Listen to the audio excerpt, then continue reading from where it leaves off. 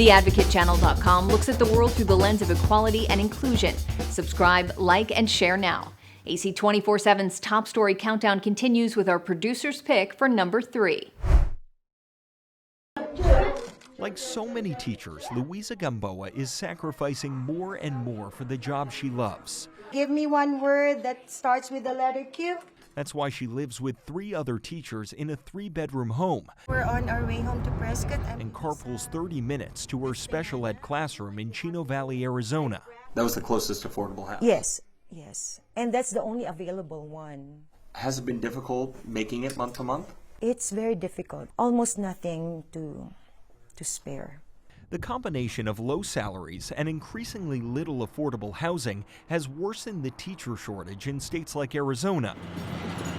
So, desperate to attract educators, Chino Valley Unified School District is breaking ground on a teacher housing project, also known as a teacherage, building 10 tiny homes behind an elementary school, where teachers will pay well below the market rate for rent. If they can save a couple $100s, I think that ultimately that could make the difference. It's a matter of money. Be watching, Dad. Jason White, a 50-year-old high school English teacher living with his parents near Phoenix, heard about Chino Valley's project and applied for a job. Do you think you'd take a job there if you didn't get that housing? I wouldn't, and it's not a think or not think. I simply wouldn't because I couldn't afford to live there. At least 8 Arizona districts are creating their own teacherage, with some help from a federal grant. This vacant school near Sedona will be turned into 11 apartments. In Prescott, I think this could be a game changer for us. 6 modular homes will sit behind an elementary school. I hate to compare it to this, but in some ways it's kind of like the Hunger Games. Having something like this available maybe gives us a leg up on the competition, so to speak. Teacher housing projects are popping up across the country, from California to West Virginia. But some are skeptical of teacherages. I think our concern would be that a professional educator would not only work for the district, but the district would also be their landlord. Marisol Garcia heads the Arizona Education Association, the union that represents public school teachers, and she sits on the governor's new Educator Retention Task Force. We're treating a symptom and not the illness, and that is we don't have enough educators who want to enter the profession, who want to stay in the profession. A recent study found more teachers than usual left the classroom last year, at a time when students are still recovering from steep pandemic learning loss. Advocates blame a range of issues like workload, student behavior, politics in school, and most of all, salary. It shouldn't have to be a vow of poverty to be a teacher, and that's what it feels like. Megan Brown is leaving her special ed classroom next month after 12 years of teaching. She and her husband, a firefighter, live with her parents, struggling to save money to buy a home and start a family. We can't both be in helping professions, so I decided to leave. What is walking away from that like? I'm a really proud public school teacher, and it's hard. It's hard to know that I can't do it anymore. Like the Advocate Channel on Facebook for the best way to get updates on stories that advocate for equality, justice, our rights, and more. AC 24/7 continues with today's top 2 pick. Good morning, buenos dias. The day begins for these 5th graders with the usual subjects: math, science, reading, and even PE. 26. Those may appear easy in comparison to talking about gun violence, global warming, bullying, racism. I chose racism because for me, racism is something that I see often and something that happens, and I feel like all people should be treated the same way, not just because they're different, because inside we're all the same.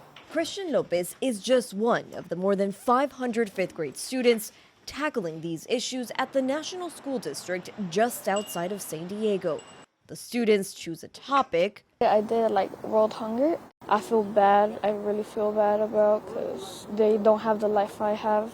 We can donate to help them get food and fresh water. And then use animation. Do you think guns should be allowed? Well, I don't. To explain their thoughts. Immigration is a problem for everyone.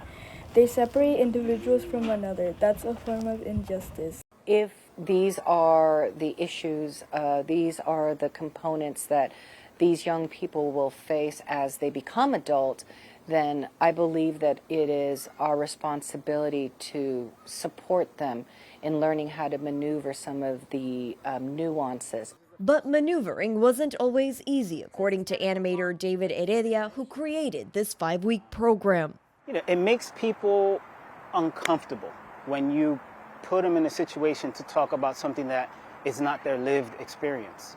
And because of that, I think it's unfair to put a muzzle on a child who wants to express what they're feeling. So instead, you allow them to talk through their art. Just because they're different race doesn't mean that you have to be rude or to, like, not to be nice to them, because it's really hurtful for those people. They found ways to help solve or highlight the issues. No matter what color we all are human. And then they got to feel like celebrities as they share their animations with the world.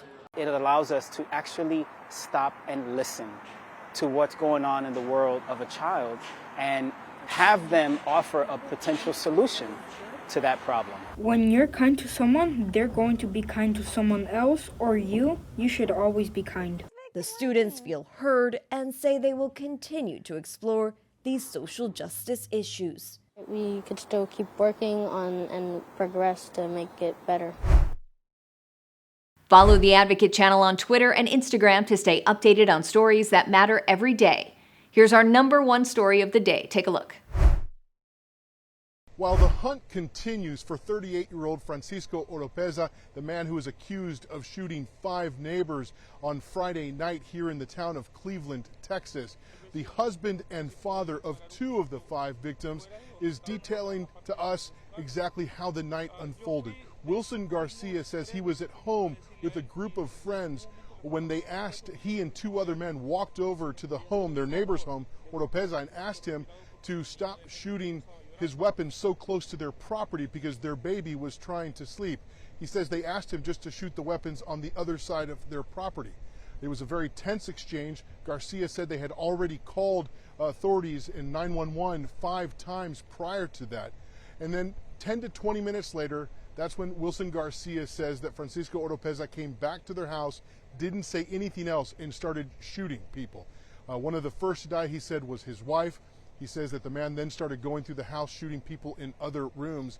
Oropeza says one of the women told him to get out of the house as quickly as possible because his wife and son were already dead and that they didn't want to lose him because his 2 other children shouldn't lose both parents. Horrific details that Wilson Garcia is detailing of that night. In the meantime, investigators continue this manhunt. They have been searching for Francisco Oropeza since Friday night when he was able to flee the scene.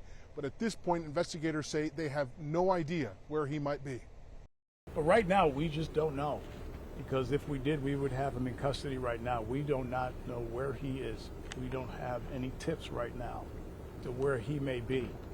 And that's why we've come up with this reward so that hopefully somebody out there can call us. I pretty much can guarantee you he's contacted some of his friends. Right now, we're running into dead ends. Right now, we have 0 leads. In hopes of trying to get information on Francisco Oropeza's whereabouts, the state of Texas and various law enforcement agencies have thrown together money for a reward. It is $80,000 for information that leads to the capture of Oropeza. But as I said, at this point, investigators say they had lost track of where he was Saturday. They found his cell phone and some clothes discarded in this area.